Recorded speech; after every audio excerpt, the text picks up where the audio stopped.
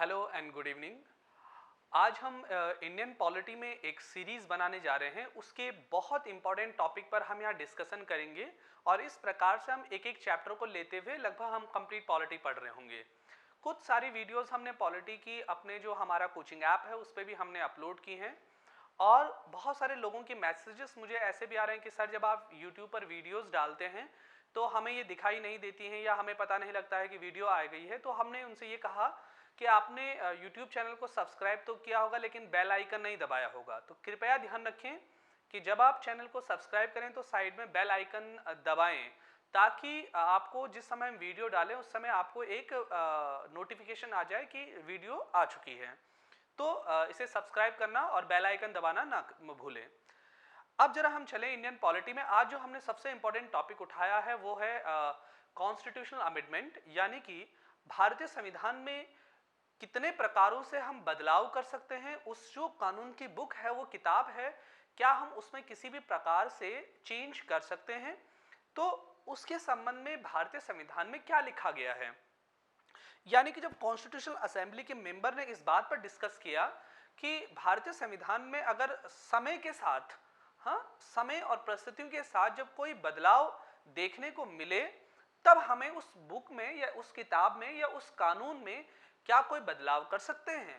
तो जब constitutional assembly ने इस बारे में सोचा तो उन्होंने इसमें एक प्रोविजन जोड़ा। उन्होंने कहा हाँ, अगर समय के साथ हमें इस संविधान को प्रासंगिक बनाए हुए रखना है, अगर हमें उसे जिस प्रकार से हमारा समाज बदले उसी प्रकार से इन कानूनों में भी बदलाव किया जा सके, तो हाँ, इसमें एक प्रावधान जोड़ा जाना चाहिए जिससे कि इसमें बदलाव किया जा सके। तो ये प्रावधान जो है वो साउथ अफ्रीका से लिया गया था मूलतः, यानी इसका जो कॉन्सेप्ट था वो साउथ अफ्रीका से लिया गया था।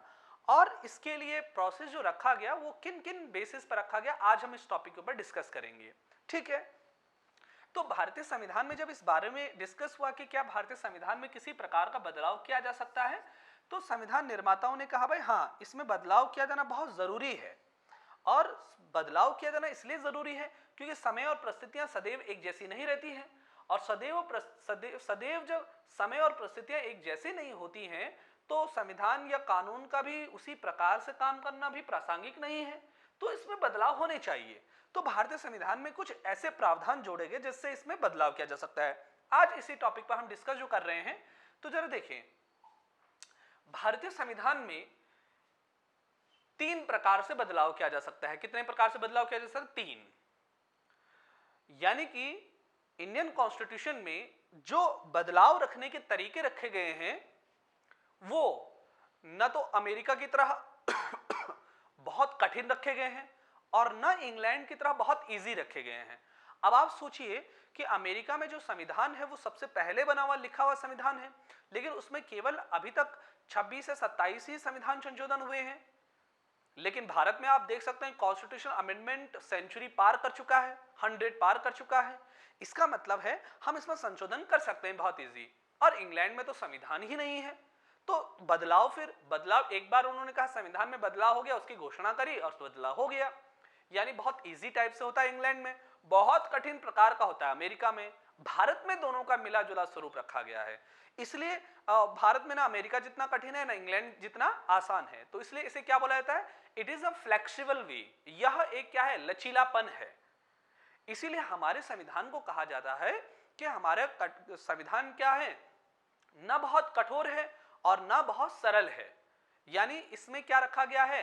एक फ्लेक्सिबिलिटी का मिक्सचर रखा गया है, मिश्रण रखा गया है। ठीक है, तो इसी बात पर जब हम चर्चा कर रहे हैं, तो इस बात पर हम जब चर्चा करें तो देखिए, भारतीय संविधान में संशोधन करने के 3 आधार बनाए गए हैं, 1, 2 और 3। अब जरा इनको हमें डिटेल में समझना है कैसे कैसे। तो जरा देखें, पहले आर्टिकल 368 भारतीय संविधान में संशोधन के संबंध में कहता है। भारतीय संविधान में जो संशोधन है वो भाग 20 में आता है, 20 में आता है, और इसमें 2 प्रकार से संविधान संशोधन का जिक्र किया गया है, 1 और 2। यानी जो ये तीसरा वाला टाइप है ये किसी भी आर्टिकल में नहीं लिखा गया है। It is clear? तीनों को हमें समझना है। ये किसी भी अनुच्छेद में नहीं लिखा गया है और ये दोनों का दोनों 368 क्लॉज 1 और 368 क्लॉज 2 में लिखे गए हैं, यानी दोनों आर्टिकल में लिखे गए हैं। अब इन तीनों में क्या अंतर है, तीनों के संबंध में जरा हम पढ़ें क्या है। पहला, संविधान संशोधन को पार्लियामेंट के किसी भी हाउस में रिप्रेजेंट किया जा सकता है। बेसिक इंफॉर्मेशन अभी हम इनको पढ़ेंगे। हाँ, किसी भी हाउस में रिप्रेजेंट किया जा सकता है। इसे जो सरकार में रह रहे व्यक्ति हैं वो भी प्रस्तुत कर सकते हैं, यानी कैबिनेट मिनिस्टर भी रिप्रेजेंट कर सकते हैं, और अदर मेंबर यानी जिन्हें गैर सरकारी सदस्य बोला जाता है वो भी रिप्रेजेंट कर सकते हैं। गैर सरकारी सदस्य उन्हें बोला जाता है विच members not included in the government, जो बाहर बैठे हुए हैं, अदर मेंबर हैं, वो भी इसे रिप्रेजेंट कर सकते हैं। और इन बिल्स को रिप्रेजेंट करने से पहले राष्ट्रपति की परमिशन की आवश्यकता नहीं होती है, यानी हम पहले ये नहीं करेंगे, प्रेसिडेंट से पूछेंगे उसके बाद रिप्रेजेंट करेंगे, ऐसे भी उसमें कोई नीड नहीं होती है अगर वो क्या है संविधान संशोधन 368 के अंडर हो रहे हैं तो। ठीक है, अब जरा इनके बारे में डिस्कस करें, जरा क्या है कैसा है वगैरह वगैरह। तो जरा ध्यान दें, जो ये सिंपल मेजॉरिटी वाला या जो फर्स्ट टाइप का, पहले इसको डिस्कस कर लेते हैं उसके बाद इसको डिस्कस करेंगे हम। तो सभी लोग ध्यान दें, जो ये प्रकार का संविधान संशोधन है ये पार्लियामेंट में किसी भी हाउस में लाया जा सकता है, और लाने के बाद, इस बिल को लाने के बाद वो बिल पार्लियामेंट से एक सिंपल मेजॉरिटी के द्वारा पास होना चाहिए। किसके द्वारा पास होना चाहिए? एक सिंपल मेजॉरिटी के द्वारा, यानी दोनों हाउसेस अगर 1/2 + 1 से अगर उस बिल को पास कर ले, 1/2 + 1, यानी कि अगर उस हाउस में 100 मेंबर हैं तो 100 का 1/2 + 1, यानी कि कितने मेंबर पास कर दें? 51, तो वो संशोधन हो जाएगा। अब क्वेश्चन आता है, इस प्रकार के संशोधन से कहां कहां बदलाव किया जा सकता है, यानी किन किन विषयों में बदलाव किया जा सकता है, यहां प्रश्न आया। तो जरा उन टॉपिक को डिस्कस करें। तो जरा ध्यान दें, यहां ये वाले टॉपिक लिखे हुए हैं कि जो पहले प्रकार से अमेंडमेंट किए जा सकते हैं। तो देखिए जरा इनको जरा डिस्कस कर लेते हैं। Admission, establishment of new state, जब किसी नए राज्य की क्या की जाती है? स्थापना की जाती है। और उस नए स्टेट का फॉर्मेशन कैसे किया जा रहा है, इसके लिए हम अलग से चैप्टर पढ़ेंगे भी, बल्कि जब हम पार्ट 1 पढ़ रहे होंगे इंडियन कॉन्स्टिट्यूशन में तब हम इसके बारे में डिस्कस कर रहे होंगे। तो इस प्रकार का, यानी कि आर्टिकल 2 में कोई चेंजेस करने होंगे, ये आर्टिकल 2 में लिखा गया है। ठीक है, तब हमें कौन से टाइप का करना पड़ेगा? फर्स्ट, यानी सिंपल मेजॉरिटी वाला। ठीक है, अगर दूसरे, नेक्स्ट देखिए, फॉर्मेशन ऑफ न्यू स्टेट, यहां पे यही लिखा है एरियाज, बाउंड्रीज और नेम, यानी किसी भी राज्य के एरिया में, क्षेत्र में, बाउंड्री में, सीमा में और नाम में कोई परिवर्तन करना होगा तब भी हम इसी द्वारा करेंगे, सिंपल मेजॉरिटी वाला। ठीक है, फिर अगला देखेंगे, देखिए एवोल्यूशन या creation of legislative council in the state, किसी भी राज्य में विधानसभा या विधानसभा नहीं, विधान परिषद का या तो निर्माण करना होगा या उसे वहां से हटाना होगा। विधान परिषद, मुझे जरा कमेंट में लिखिएगा कि कितने स्टेट में विधान परिषद है। ठीक है, तो विधान परिषद किसी स्टेट में, यानी कि किसी भी स्टेट में अगर विधान परिषद बनानी है या उसे वहां से हटाना है तो भी ये अमेंडमेंट किसके द्वारा होगा? इसी वाले के द्वारा होगा। अभी इन दोनों का जिक्र नहीं किया हमने, ये दो अभी पढ़े भी नहीं है, अभी इसी के बारे में पढ़ रहे हैं। अदर सब्जेक्ट क्या होंगे जरा देखेंगे। जरा शेड्यूल सेकंड में अगर कोई चेंज करना है, सेकंड शेड्यूल में कोई चेंज करना है, सेकंड शेड्यूल में क्या है ये आपको हमने क्लास में बताया है और आप फटाफट से जान भी लेंगे इसे। कोरम इन दी पार्लियामेंट, आप जानते हैं कोरम क्या होता है? पार्लियामेंट की कार्यवाही चलने के लिए, किसी भी सदन की कार्यवाही चलने के लिए 1/10 मेंबर का होना क्या है? अनिवार्य है, तब उसे ही कोरम बोला जाता है। तो अगर इसमें भी कोई चेंज करना है तो भी किसके द्वारा होगा? कॉन्स्टिट्यूशनल अमेंडमेंट जो फर्स्ट वाला प्रोविजन है इसी के द्वारा होगा, जो फर्स्ट वाला प्रोविजन है। ठीक है, इसी के ही सारे सब्जेक्ट हैं ये। सैलरीज, अलाउंस और द मेंबर ऑफ पार्लियामेंट, सांसदों की कोई वेतन भत्ते उसमें बदलाव करना होगा तो भी हमें फर्स्ट टाइप से संशोधन करना होगा। Rules of the procedure in the parliament, संसद के किसी नियम में, संसद के किसी नियम में अगर कोई बदलाव करना होगा तो भी हमें किसके द्वारा करना होगा? उसी संविधान संशोधन के द्वारा करना होगा। Privilege of the parliament, its member and it's committees, अगर उनकी संसद की समितियों के, उनके सदस्यों के किसी नियम में कोई भी बदलाव करना है तो भी वो फर्स्ट टाइप से ही होगा। देखिए सारे सब्जेक्ट यहां डिस्कस किए गए हैं। Use of English language in the parliament, संसद में अंग्रेजी भाषा का प्रयोग होगा नहीं होगा, कौन सी अदर भाषा का प्रयोग होगा, उसको भी अगर हमें बदलना है तो किससे बदलेंगे, फर्स्ट से ही बदलेंगे। ठीक है, यानी फर्स्ट वाला आप देख रहे कितना इंपॉर्टेंट है। नंबर ऑफ जजेस इन द सुप्रीम कोर्ट, सर्वोच्च न्यायालय में आप जानते हैं जजेस की संख्या लगातार बढ़ रही है। पहले 30 थी, अब कितनी हुई है, अब कितने जज हैं टोटल सुप्रीम कोर्ट में, हमें कमेंट में लिखिए। अगर उनके नंबर में बढ़ाना है तो भी किसके द्वारा बढ़ेगा, फर्स्ट कॉन्स्टिट्यूशनल अमेंडमेंट, इसी के द्वारा बढ़ेगा। इस प्रकार का हमने बता दिया, इस प्रकार का संविधान संशोधन संसद के किसी भी हाउस में, किसी भी हाउस कहने का मतलब क्या हुआ, लोकसभा में या राज्यसभा में कहीं भी रिप्रेजेंट कर सकते हैं और दोनों हाउसेस सिंपल मेजॉरिटी से वो क्या होगा, पास होगा। ठीक है, अगला देखिए क्या है। देखिए सुप्रीम कोर्ट, अगर सर्वोच्च न्यायालय के क्षेत्र में अगर वृद्धि करनी है, सर्वोच्च न्यायालय की पावर में कोई इंक्रीजमेंट करना है तो भी उसी से करेंगे। यूज ऑफ ऑफिशियल लैंग्वेज, राजभाषा जो होता है उसका प्रयोग, अगर उसमें भी कोई बदलाव करना है तो भी उसी के द्वारा होगा। ठीक है, सिटीजनशिप, अगर किसी से देना है किसी से लेना है, टर्मिनेशन करना है या एक्विजिशन करना है, किसी को नागरिकता देनी है किसी से लेनी है तो भी इसी प्रकार में आएगा। ठीक है, elections of the parliament, state legislative assemblies, संसद का चुनाव और राज्यों का चुनाव, अगर उनमें किसी भी प्रकार को चेंजेस लाने हैं या उससे रिलेटेड कोई कानून बनाना है तो भी इसी में आएगा। डेलिमिनेशन ऑफ द कॉन्स्टिट्यूएंट्स, आप जानते हैं परिसीमन आयोग का गठन करना। यूनियन टेरिटरीज, केंद्र शासित प्रदेश जो हमारे यूनियन टेरिटरीज है उनसे रिलेटेड कोई भी कानून बनाना है, उनमें कोई चेंजेस करना है तो वो भी किसके द्वारा होगा, इसी कॉन्स्टिट्यूशनल अमेंडमेंट के द्वारा होगा। ठीक है, और अब यहां पर देखिए 5th शेड्यूल में administration of the schedule areas and the schedule tribes, 6th schedule में अगर कोई चेंज करना है वो भी उसी के द्वारा होगा। 6th शेड्यूल में administration of the tribe areas है, जो जनजातीय क्षेत्र है उनका प्रशासन है, अगर उनमें भी बदलाव लाना है तो वो भी किसके द्वारा आएगा, फर्स्ट कॉन्स्टिट्यूशनल अमेंडमेंट के द्वारा आएगा। यानी कि ये जो फर्स्ट कॉन्स्टिट्यूशनल अमेंडमेंट है ये भारत में सबसे आसान तरीके से होने वाला संविधान संशोधन है। इसके लिए कोई भी मेहनत नहीं करना पड़ता है, इसके लिए कोई बिल बनाना पड़ेगा, उसको संसद में रखना पड़ेगा और संसद ने कह दिया कि यस, सिंपल मेजॉरिटी से। आप जानते हैं सिंपल मेजॉरिटी अक्सर किसकी होती है संसद में, जिसकी गवर्नमेंट होती है और जिसकी सरकार होती है उसकी सिंपल मेजॉरिटी आसानी से हो जाती है और वो बिल भी आसानी से पास हो जाता है। तो सरकार चाहे तो बहुत इजीली इन सारे प्रोविजंस में क्या कर सकती है, चेंजेस कर सकती है। इसका स्क्रीनशॉट आप ले सकते हैं, इसमें सारे वो प्रोविजंस लिखे हुए हैं जो इससे इस वाले प्रोविजन से चेंजेस लाए जा सकते हैं। अब ठीक है, अब इन दोनों को डिस्कस कर लेते हैं। ठीक है, ये फर्स्ट था, ये सेकंड, थर्ड। स्पेशल मेजॉरिटी चाहिए होती in the parliament in the both houses separately. इसमें नहीं लिखा गया है, जरा ध्यान दें, इसमें नहीं लिखा है, इसमें ये नहीं लिखा गया बोथ हाउस सेपरेटली, इसमें नहीं लिखा गया है, ध्यान रखिएगा इस बात का। यानी कि 368 के अंदर जो पहला प्रोविजन है वो संसद के किसी भी हाउस में रिप्रेजेंट हो सकता है, बस समझ में आया, लेकिन उसे स्पेशल मेजॉरिटी से पास होना चाहिए। अब स्पेशल मेजॉरिटी क्या है, जरा स्पेशल मेजॉरिटी देख लेते हैं।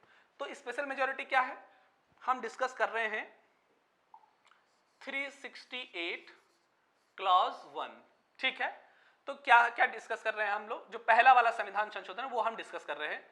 तो स्पेशल मेजॉरिटी क्या है, तो स्पेशल मेजॉरिटी ये है कि the bill can be represent in the Lok Sabha या राज्यसभा। सब लोग ध्यान दें, राज्यसभा में रिप्रेजेंट हो सकता है, माना लोकसभा में रिप्रेजेंट हुआ तो लोकसभा में प्रेजेंट प्लस वोटिंग, हाँ, प्रेजेंट प्लस वोटिंग का 2/3 से पास होना चाहिए, हाँ, and majority of the house. और मेजॉरिटी ऑफ द हाउस कितना है, मान लीजिए लोकसभा में वर्तमान समय में 345 मेंबर हैं, तो 345 का 1/2 + 1 इज इक्वल टू आप लगा सकते हैं कितना होगा। देन जब इस मेजॉरिटी से ये लोकसभा में पास हो जाएगा then it will be represent in the Rajya Sabha. और राज्यसभा में कैसे होगा, प्रेजेंट प्लस वोटिंग का 2/3 एंड 245 का 1/2 + 1। And then it will be represent front of the president. तब कि किसके सामने जाएगा? प्रेसिडेंट। एंड प्रेसिडेंट क्या करेगा? जैसे आप जानते हैं प्रेसिडेंट के पास बहुत सारी पावर होती है, किसी भी बिल को सीधा साइन कर सकता है, रिकंसिडरेशन के लिए भेज सकता है, वीटो पावर यूज कर सकता है, बहुत सारे प्रोविजन होते हैं ना। लेकिन 368 क्लॉज 1 के अंडर जो बिल प्रेसिडेंट के पास जाएगा उस पर प्रेसिडेंट किसी भी पावर का प्रयोग नहीं करेगा। It is compulsory to president will have signatured. यह राष्ट्रपति के लिए अनिवार्य है कि वह हस्ताक्षर करेगा। क्लियर? और अब देखें जरा 368 ये जो हमने पढ़ा, इसके द्वारा किस किस में चेंजेस लाए जा सकते हैं, यानी कि इस संविधान संशोधन से इंडियन कॉन्स्टिट्यूशन के कौन से पार्ट में चेंजेस, बदलाव लाए जा सकते हैं। तो जरा देखें जरा उनमें कौन कौन से बदलाव हैं। तो पहला देखेंगे, सब देखें, पहला है फंडामेंटल राइट्स, एक directive principles of the state policy. Part 3 और पार्ट 4 में अगर कोई भी चेंज करना चाहती है पार्लियामेंट तो वो किससे करेगी? 368 यानी कि 368 1 वाला जो टाइप है। ठीक हो गया। अब जरा ध्यान दे, अब आए अगला, अब बच गया, ये वाला भी हो गया है। अब चलें इस पर डिस्कस करें। 368 क्लॉज 2 में किस प्रकार से चेंजेस आएगा, कौन कौन से सब्जेक्ट हैं। तो जरा चलें, ये रहा 368 फर्स्ट, इसको आप स्क्रीनशॉट भी कर सकते हैं, और दूसरा हम यहां कर ले रहे हैं। जरा ध्यान दें सभी लोग, 368 क्लॉज 2 सेकेंड टाइप। हाँ देखिए, फिर से यहां लोकसभा, फिर से यानी बोथ हाउस में से किसी भी हाउस में रिप्रेजेंट हो सकता है, और ये रही राज्यसभा। ठीक है, ओके। अब देखिए यहां कैसे होगा, it can be represent in the both houses, दोनों हाउस में रख सकते हैं। माना लोकसभा में आया है तो फिर से वही आ जाइए, प्रेजेंट प्लस वोटिंग का 2/3, उपस्थित और मतदान का 2/3 से पास होना चाहिए, और मेजॉरिटी ऑफ द हाउस 545 का 1/2 + 1। ठीक है, then it will be represent in the Rajya Sabha. तभी कहां जाएगा? राज्यसभा में। राज्यसभा में ठीक ऐसी होगा, प्रेजेंट प्लस वोटिंग का 2/3 एंड 245 यानी टोटल हाउस का 1/2 + 1। ठीक हो गया। When it will be passed from the both houses of the parliament, जब यह संसद के दोनों सदनों से पास हो जाएगा, then it will be represent front of the president, and then president के सामने जाएगा।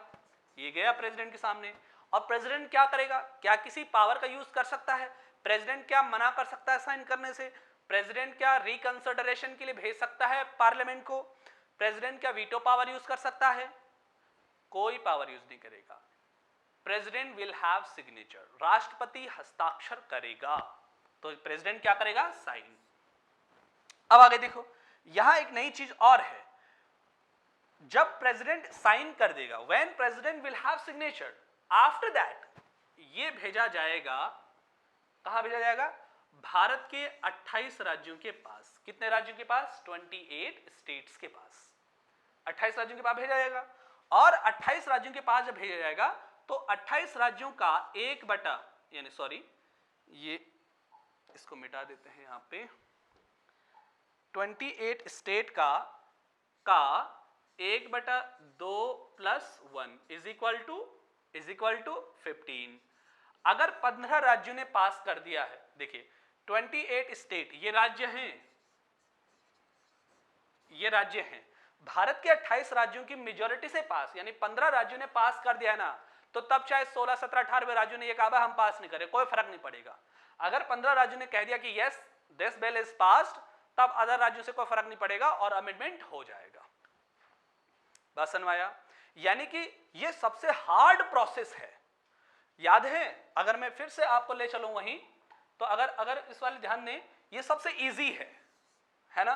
सबसे इजी बोले तो सरकार ने पास कर दिया तो हो गया पास, लेकिन इसमें क्या है? स्पेशल मेजॉरिटी, दोनों हाउस से पास करने के बाद सब पास करना है। इसमें क्या है?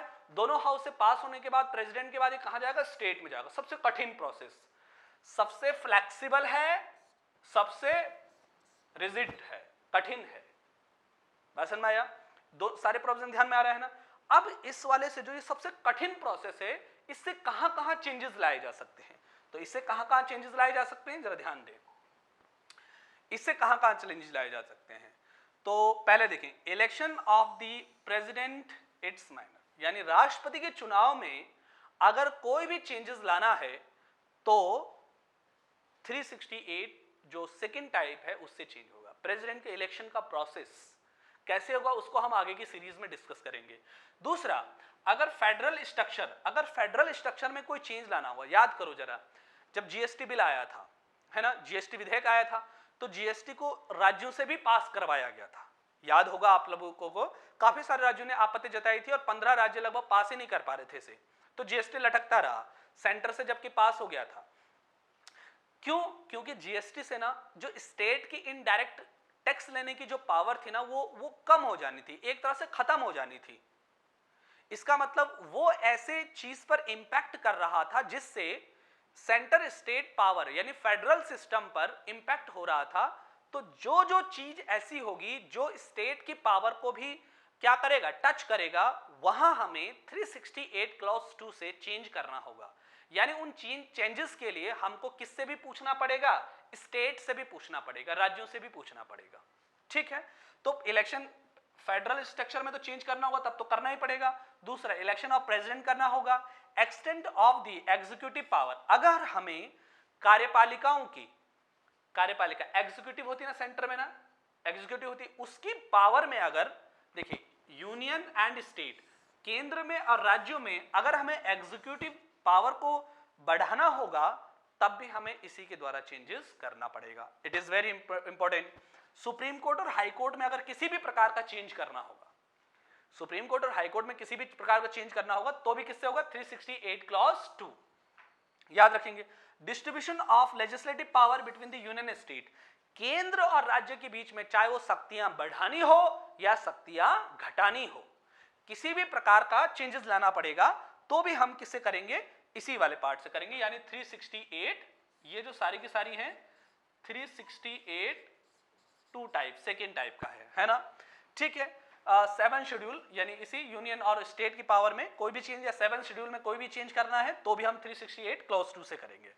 ठीक है, representation of the state in the parliament, याद होगा राज्यों का रिप्रेजेंटेशन सेंटर में पार्लियामेंट में राज्यसभा करता है। अगर उसके नंबर में किसी भी प्रकार का चेंजेस करना है, बढ़ाना है, घटाना है, तो भी हम किससे करेंगे, 368 क्लॉज 2 से करेंगे।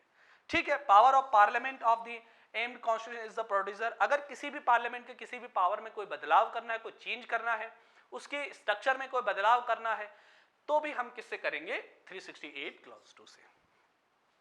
ठीक है, अब जरा ध्यान दें, सब लोग ध्यान दें। 368 क्लॉज 2 मैं यहां फिर से लिख रहा हूं, सेकेंड टाइप। ये देखिए 368 फर्स्ट टाइप। ठीक है, फिर ये क्या है, ये 368 से बाहर है, ये 368 से बाहर, यानी जो फर्स्ट टाइप का कॉन्स्टिट्यूशनल अमेंडमेंट है उससे अगर कोई भी चेंज करना होगा तो यहां ऐसे कर सकते हैं। अब जरा आगे जाएं, जरा क्या भारतीय संविधान में कुछ ऐसे भी प्रावधान हैं जिसमें हम इन तीनों के द्वारा अमेंडमेंट नहीं कर सकते हैं? यानी क्या भारतीय संविधान के ऐसे कुछ प्रोविजंस हैं कि जिनमें चेंजेस हो ही नहीं सकता है? तो हां, हैं। वर्ष 1973 में 1973 में एक केस आया था, केशवानंद भारती केस वाद। उस वाद में सर्वोच्च न्यायालय ने यह कहा था कि पार्लियामेंट को भारतीय संविधान के किसी भी प्रोविजन में कहीं भी कोई भी बदलाव, चेंज करने का या अमेंडमेंट करने का पूरी पावर है, लेकिन पार्लियामेंट इंडियन कॉन्स्टिट्यूशन की बेसिक स्ट्रक्चर यानी कि जो मूलभूत संरचना है उसमें किसी भी प्रकार का बदलाव नहीं कर सकता है। अब क्या है वो बेसिक स्ट्रक्चर? तो बेसिक स्ट्रक्चर में बहुत सारे सुप्रीम कोर्ट ने बताए और आज भी बताती रहती है जब तब, लेकिन उस समय में मैं कुछ चीजें आपको बताऊं, जैसे पार्लियामेंट्री सिस्टम, डेमोक्रेसी, रिपब्लिक, ये सब हमारे क्या है, बेसिक स्ट्रक्चर, यानी कि जिनको बदला ही नहीं जा सकता है कभी। और पार्लियामेंट उन बेसिक स्ट्रक्चर में इन तीनों के द्वारा भी कोई चेंजेस नहीं कर सकती है। It is very very important. Basic structure 1973 Keshavananda Bharati case में सुप्रीम कोर्ट ने ये बेसिक स्ट्रक्चर वाला कॉन्सेप्ट दिया था, प्रिंसिपल दिया था। इसी में द्वारा कहा गया था कि पार्लियामेंट बेसिक स्ट्रक्चर में कोई चेंज नहीं कर सकते। फंडामेंटल राइट्स बेसिक स्ट्रक्चर में रख दिए गए, प्रियम्बल प्रस्तावना बेसिक स्ट्रक्चर में रख दी गई। बात समझ में आया? तो ये सारा का सारा था इस वाले चैप्टर से, ठीक है। और इसके बाद हम नेक्स्ट चैप्टर भी, नेक्स्ट पॉइंट भी जल्दी से लेकर आएंगे पॉलिटी वाली सीरीज में, ठीक है। आज के लिए इतना ही।